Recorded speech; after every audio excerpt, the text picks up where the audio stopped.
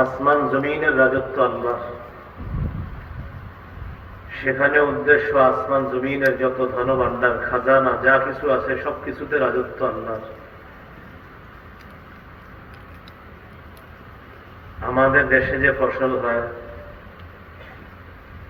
এই ফসল কম হয় বেশি হয়, এটা আল্লাহ আমাদেরকে দান করেন।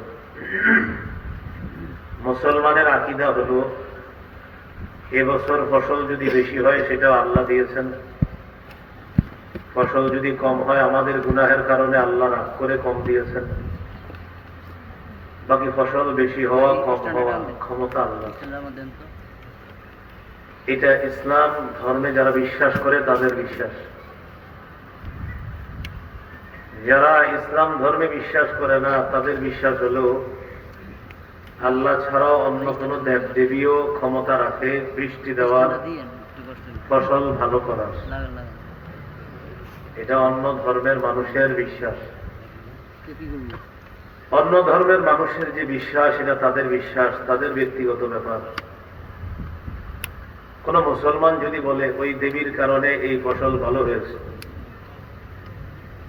সেক্ষেত্রে ওই মুসলমানের ঈমান চলে যাবে, নতুন করে ঈমান আনতে হবে, তওবা করতে হবে। সূরা আনকাবুতের 16-17 নম্বর আয়াতে আল্লাহ বলেন, وَإِبْرَاهِيمَ إِذْ قَالَ لِقَوْمِهِ اعْبُدُوا اللَّهَ وَاتَّقُوهُ। ইব্রাহিম নবীকে তার জাতির মাঝে প্রেরণ করলাম, তিনি তার জাতিকে বললেন তোমরা আল্লাহর ইবাদত করো, তাকে ভয় করো। যালিকুম খায়রুল লাকুম ইন কুনতুম তা'লামুন। এটাই তোমাদের জন্য কল্যাণ যদি তোমরা জ্ঞান রাখো। এরপরে ইব্রাহিম নবী বলতেছে, ইন্নামা তা'বুদুনা মিন দুনিল্লাহি আওসানা ওয়া তাখলুকুনা ইফকা। আল্লাহ ছাড়া তোমরা কিছু প্রতিমা পূজা করছো এবং মিথ্যা রচনা করছো। এক তো প্রতিমা পূজা আবার মিথ্যা রচনা, সেটা কিভাবে? এক তো প্রতিমা পূজা করা, আবার ওই প্রতিমার এই উপকারিতা বলা। যেই ধর্মের মানুষ প্রতিমার উপকারিতা বর্ণনা করে এটা তাদের ধর্মীয় বিশ্বাস, কিন্তু কোন মুসলমানও সেখানে গিয়ে যদি এটা বলে এই প্রতিমার কারণে এই ফসল ভালো হয়েছে, ওটার কারণে এই ফসল ভালো হয়েছে, তাহলে তার ঈমান চলে যাবে, নতুন করে ঈমান আনতে হবে। উদার হওয়া ভালো, উদারতার নামে বিসর্জন দেওয়া ভয়ঙ্কর। উদার হওয়া ভালো, উদারতার নামে আদর্শ বিসর্জন দেওয়া এটা ভয়ঙ্করতম অপরাধ। এই জন্য অতি উদারতা প্রদর্শন করতে গিয়ে অন্য ধর্মের মানুষের জানমালের নিরাপত্তা এতটুকু ঠিক আছে, কিন্তু জানমালের নিরাপত্তা দিতে গিয়ে তাদের শিরিককে সমর্থন করা বা শিরিকের প্রশংসা করা মানে হলো ঈমানের বিরোধিতা করা। আর মুসলমান এটা করা মানে তার ঈমান চলে যাওয়া, নতুন করে ঈমান আনতে হবে। তবে যদি কিন্তু কোনো ব্যাখ্যা ছাড়া। কি বললাম? তবে যদি কিন্তু কোনো ব্যাখ্যা ছাড়া। অনেকে এরকম কাজ করার পর যদি বলে তবে, কোনো তবে নাই। যদি বলে কিন্তু, কোনো কিন্তু নাই। যদি বলে একটু ব্যাখ্যা আছে, কোনো ব্যাখ্যা নাই। ব্যাখ্যা ছাড়া ঈমান আনতে হবে। ব্যাখ্যার সুযোগ নেই, তবেরও সুযোগ নাই, যদিরও সুযোগ নাই, কিন্তুরও সুযোগ নাই। একটা সুযোগ আছে, ভুল স্বীকার করে ক্ষমা চেয়ে নিয়ে ঈমান আনতে হবে। বলতে পারেন আপনি কি কারো ঈমানের ঠিকাদারি নিছেন? আমি নেই নেই, আপনার কবরে আমি যাব না, আমার কবরে আপনি যাবেন না। ক্ষমা আলাইনা ইল্লাল বালাগ। আমার কাজ হলো পৌঁছে দেওয়া। মানলে আপনাদের উপকার, আমার উপকার, না মানলে নিশ্চিত আমার উপকার, বাকি আপনাদের ক্ষতি হবে। আল্লাহ আমাদেরকে বুঝার তৌফিক দান করুন। তো লিল্লাহি মুলকুস সামাওয়াতি ওয়াল আরদ, আসমান জমিনের রাজত্ব কার? আল্লাহ। ইব্রাহিম নবীর ব্যাপারে যেটা বলতেছিল, ইন্নাল্লাযীনা তা'বুদুনা মিন দুনিল্লাহ লা ইয়ামলিকুনা লাকুম রিজকান ফাবতাগু ইনদাল্লাহির রিজকা ওয়া'বুদুহু ওয়াশকুরু লাহ। আল্লাহ ছাড়া যাদেরকে তোমরা উপাসনা করো, ভাই এটা বলেন না কেন? এত মহব্বত করে বললাম, বুঝলেন না কেন? আল্লাহ ছাড়া যাদেরকে তোমরা উপাসনা করো তারা রিজিক দিতে পারে না, তোমাদেরকে রিজিক দেওয়ার মালিক না। ভাই আলোচনাটা বুঝলেন? আল্লাহ ছাড়া যাদেরকে উপাসনা করো তারা তোমাদেরকে কি দেওয়ার ক্ষমতা রাখে না? রিজিক। এখন আপনি মুসলমান হয়ে কেমনে বললেন যে ওই দেবীর কারণে দেশের এই ফসল ভালো হয়েছে? যেখানে আল্লাহ আমাদেরকে শিখাইতেছে আকীদা, শোনো, আল্লাহ ছাড়া যাদের উপাসনা করা হয় তারা রিজিক দেওয়ার ক্ষমতা রাখে না। আপনি কেমনি কথা মুসলমান হয়ে বলেন? فابتغوا عند الله الرزق واعبدوه واشكروا له। তোমরা আল্লাহর কাছে রিজিক চাও, তার ইবাদত করো, তার শুকরিয়া আদায় করো। এটা গেল রিজিক দেওয়ার ক্ষমতা রাখে না। 17 পারা 20 নম্বর পৃষ্ঠা আল্লাহ তাআলা বলেন, ইয়া আইয়ুহান নাসু দুরিবা মাসালুন ফাসতামিউ লাহ। হে মানুষ, তোমাদের জন্য একটি দৃষ্টান্ত পেশ করা হলো, কান পেতে শোনো। আবার বলছে, আল্লাহ বলতেছে শোনো, একটা দৃষ্টান্ত এখন দেওয়া হচ্ছে, এটা কান পেতে শোনো। তা আপনারা সবাই রেডি তো? আর কান পেতে শুনতে হবে মানে মনোযোগ দিয়ে শুনতে হবে। আল্লাহ কি বলে দেন, ইন্নাল্লাযীনা তাদউনা মিন দুনিল্লাহ লা ইয়াখলুকু যুবাবান ওয়ালাউ ইজতামাউ লাহ। আল্লাহ ছাড়া যাদেরকে তোমরা ডাকো তারা সবাই মিলেও কিছুতেই একটা মাছিও সৃষ্টি করতে পারবে না। কান পেতে শুনছেন তো? আল্লাহ বলছে শোনো, একটা দৃষ্টান্ত দেওয়া হচ্ছে এখন কি, সারা পৃথিবীর সব উপাস্য যাদের উপাসনা করা হয় এরা সবাই মিলেও ইয়াখলুকু, এটার বাংলা হলো কিছুতেই সৃষ্টি করতে পারবে না যুবাবা, একটা মাছ। এরপরে আল্লাহ বলেন, ইয়াসলুবহুমুদ যুবাবু শাইআ লা ইস্তানকিযুহু মিন দু'ফাত তালিব ওয়াল মাতলুব।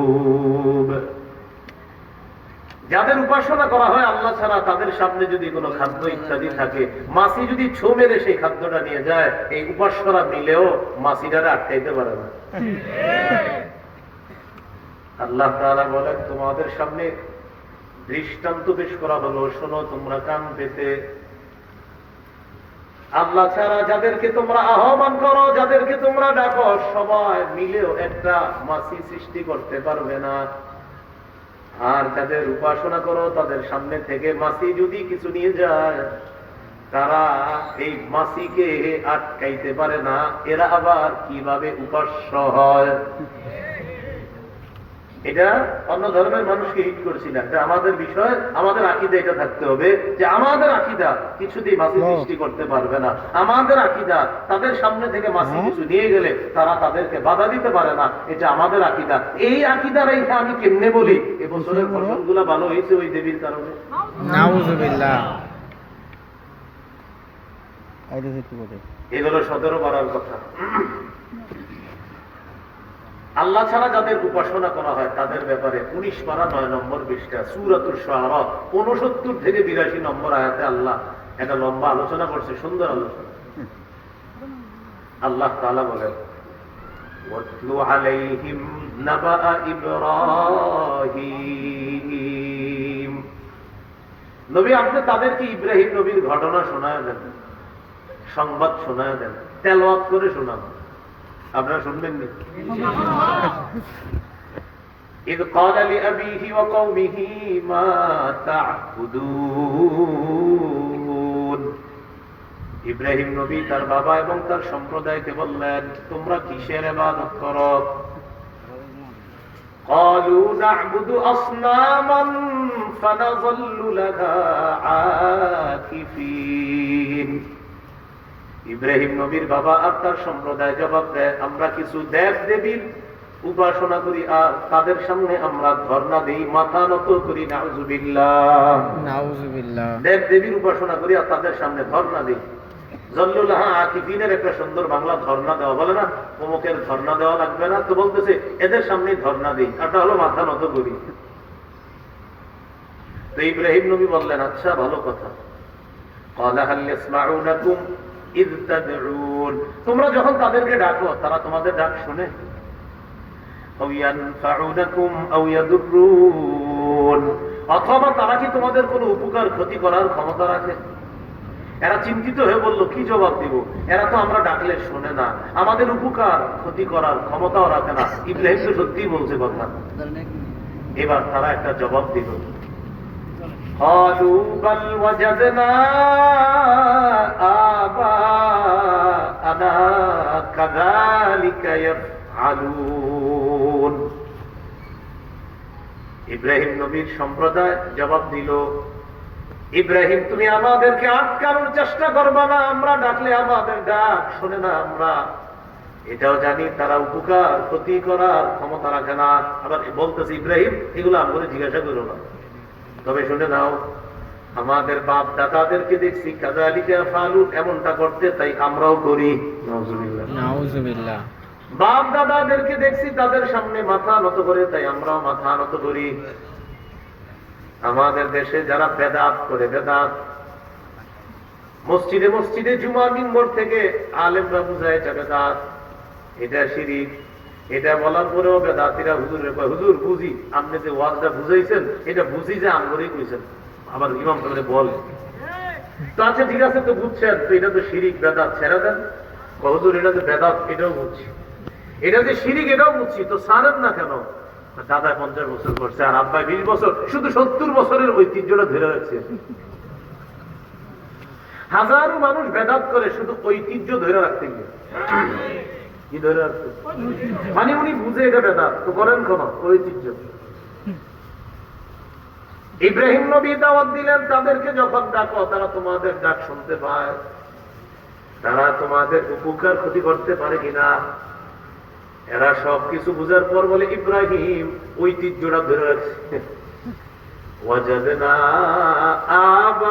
আবাআনা কাযালিকা ইয়াফআলুন, আমরা আমাদের বাপ দাদাদেরকে পেয়েছি কাযালিকা ইয়াফআলুন, এমনটি করতে পেয়েছি, তাই আমরা এমনটি করি। এবার ইব্রাহিম নবী বললেন, قال أفرأيتم ما كنتم تعبدون أنتم وآباؤكم الأقدمون, তোমরা আর তোমাদের পূর্ববর্তী বাপ-দাদারা যা করেছো এই ব্যাপারে কি ভেবে দেখেছো? فإنهم عدو لي إلا رب العالمين, আল্লাহ ছাড়া যাদের উপাসনা করো তারা সবাই আমার শত্রু। আজকে এই মাঠ থেকে আমরা ঘোষণা করছি এই পৃথিবীতে আল্লাহ ছাড়া যাদের উপাসনা করা হয় তারা সব আমাদের শত্রু। কেন? ইব্রাহিম নবী তাওহীদের ইমাম, আমরা ইব্রাহিম নবীর সন্তান, আমাদের বাপ ঘোষণা করছে আল্লাহ ছাড়া যাদের উপাসনা করা হয় তারা আমার শত্রু। আমরা সন্তান ঘোষণা করছি আল্লাহ ছাড়া যাদের উপাসনা করা হয় তারা সব আমাদের শত্রু। এটা তাওহীদের ইমাম বলছে, আর আমরা সেই তাওহীদের ইমামের সন্তান, জাতির সন্তান, আমরা আমাদের ঘোষণা দিলাম ইল্লা রাব্বাল আলামিন, রব শুধু একজন, তিনি বিশ্ব জগতের রব, আমি শুধু তাকে রব মানি। ইব্রাহিম নবী বললেন আমরা শুধু তাকে রব মানি। আল্লাযী খালাকানি ফাহুয়া ইয়াহদিন, তিনি ওই রব যিনি আমাকে সৃষ্টি করেছেন, আমাকে হেদায়েত দেন। ওয়াল্লাযী হুয়া ইউতঈমুনি ওয়া ইয়াসকিন, তিনি আমাকে খাওয়ান, তিনি আমাকে পান করান। ওয়া ইযা মারিদতু ফাহুয়া ইয়াশফিন, আমি যখন অসুস্থ হই তিনি আমাকে আরোগ্য দান করেন। ওয়াল্লাযী ইউমীতুনি সুম্মা ইউহয়ীন, তিনি আমাকে মৃত্যু দিবেন আবার আমাকে পুনরুত্থান করবেন। ওয়াল্লাযী আতমাউ আন ইয়াগফিরা লি খাতীআতি ইয়াউমাদ্দিন, তার ব্যাপারে আমার আশা আমার রব কিয়ামতের মাঝে আমার গুনাহগুলো maaf করে দিবেন, আমাকে জান্নাত দিবেন। সুবহানাল্লাহ, তিনি আমার রব, তিনি আমাদের রব। ইব্রাহিম নবী বললেন তিনি আমার রব, আমরা বলছি তিনি আমাদের রব। এখন এই জায়গায় একটা কথা আছে, আবার বাপ দাদা কথাটা আসলে আমাদের দেশের এক শ্রেণী আবার আমাদের কওমি আলেমদেরকে হিট করে, আমাদের কওমি আলেম যারা আছে আমাদেরকে হিট করে, তোমরাও বাপ দাদাদের কথা মানো। কি বলে? বাপ দাদা যদি ভালো কাজ করে সেই বাপ দাদার কথা তো মানতে হবে, আমাদের বাপ দাদারা ভালো কাজ করছে তাই আমাদের সিলসিলার কথা আমরা মানি না। শুধু ঠিক বললে হবে না, দলিল লাগবে তো। বাপদাদা যে ভালো কাজ করলে বাপদাদার সেটা মানতে হবে, এটারও দলিল লাগবে। এটারও কি লাগবে? তাহলে দলিল দেওয়ার পর আর কখনো হিট করেন না, কমি আলেমরা তোমরাও বাপদাদারে মানো, কিন্তু আমি যখন এখন দলিল দিব, দলিল দেওয়ার পর আর হিট করার সুযোগ আছে না। 12 পারা বলেন, কত পারা? 12 পারা। 12 পারা 18-19 নম্বর পৃষ্ঠা, সূরা ইউসুফের 37-38 নম্বর আয়াত। আল্লাহ কি বলে দেখেন, ইন্নী তারাকতু মিল্লাতা কওমিন লা ইউমিনুনা বিল্লাহ ওয়া হুম বিল আখিরাতি হুম কাফিরুন। ইউসুফ নবী বললেন, আমি পরিত্যাগ করলাম মিল্লাতা কওম, ওই সম্প্রদায়ের ধর্ম, লা ইউমিনুনা বিল্লাহ, যারা আল্লাহ বিশ্বাস করে না, ওয়া হুম বিল আখিরাতি হুম কাফিরুন, যারা আখিরাতকে অস্বীকার করে, তাদের ধর্ম আমি প্রত্যাখ্যান করলাম, আমরাও প্রত্যাখ্যান করলাম। এবার ইউসুফ নবী কি বলে দেখেন, সবাই রেডি তো? ওলামা হযরত সহজে বুঝবে, ওনারা হাসবেও বুঝবে, তাকে আপনারা একটু বুঝেন দেখেন। ওয়াত্তাবাতু মিল্লাতা আবাই